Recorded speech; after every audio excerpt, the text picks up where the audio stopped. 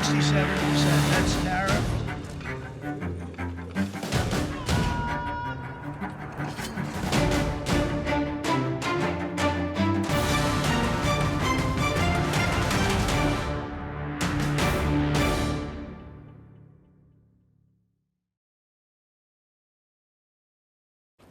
The US-China trade war seems to be heading for another pause. Donald Trump is in Asia. He's set to meet Xi Jinping on Thursday. Ahead of that meeting, American and Chinese officials met in Malaysia. This was on the sidelines of the ASEAN summit. Trump was there too, but he did not attend this meeting. It was his Treasury Secretary who took the lead. And what was the outcome? Well, there's no deal yet. All they have for now is a framework, a temporary truce of sorts, and an agreement to keep talking. A successful framework for the leaders to discuss on Thursday. We discussed trade, rare earths, the fentanyl, TikToks, and the overall relationship between the two countries. That was Scott Bessent. He is the US Treasury Secretary. He's leading the negotiations for America. He calls the framework successful. But when you go through the fine print, you see a different story. The US is quietly stepping back from many of its hardline positions.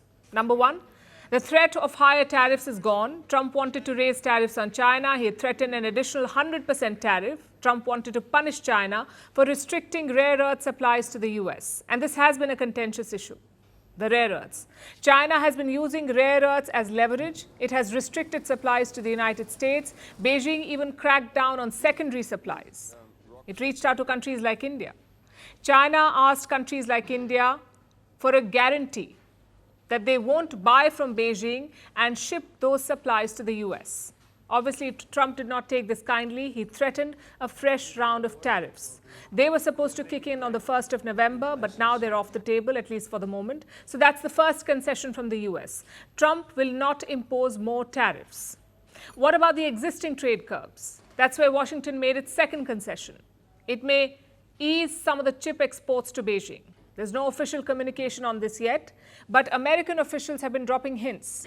They say they have found a way to balance the trade deficit with China. How? By selling more goods from the US. So those are the two concessions from the United States of America. They're going easy on the tariffs, and they may lift some export curbs. What is the US getting in return? Not much. China has not made any significant climb down. For instance, on rare earths, China has curbed supplies to the US, like we just mentioned. It has now agreed to delay the curbs. So at best, it's a pause. It's not an assured relief. Second, China promised to buy more soybean from the US. Now, this is politically significant for President Trump. His key constituencies are farming states, states like Iowa, Illinois, and Indiana. They are key vote banks for Trump. They produce soybean. China was their biggest buyer. When China stopped buying, it hurt these states. Now Beijing could resume, but again, there's a catch. China has made this promise before, a promise it did not keep. So the US would be wary. Apart from rare earths and soybean, there's also the deal on TikTok. Trump wants it to be American-owned. He wants TikTok in American hands. His team says a final agreement will be consummated this week. That means a formal transfer of TikTok's US operations to an American-controlled entity.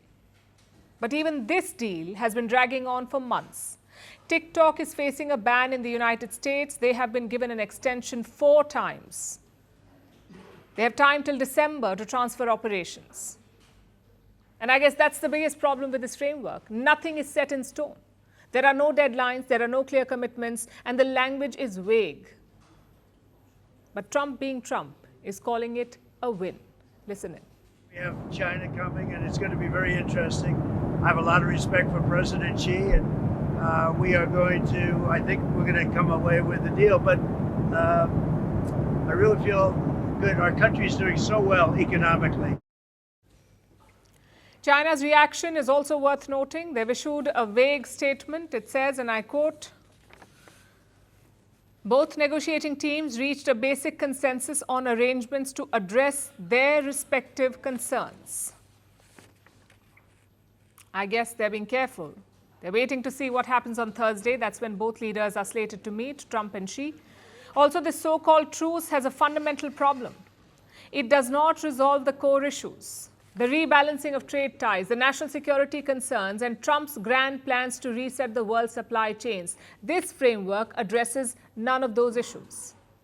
It fails to lay out the path ahead. Meanwhile, Trump's tactics are shifting from maximum pressure to a manageable compromise.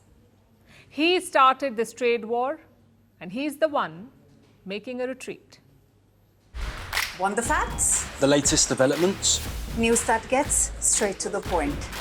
Well, we've got all three just for you. This is Firstpost Live, a brand new show, your window into what really matters. Don't miss it.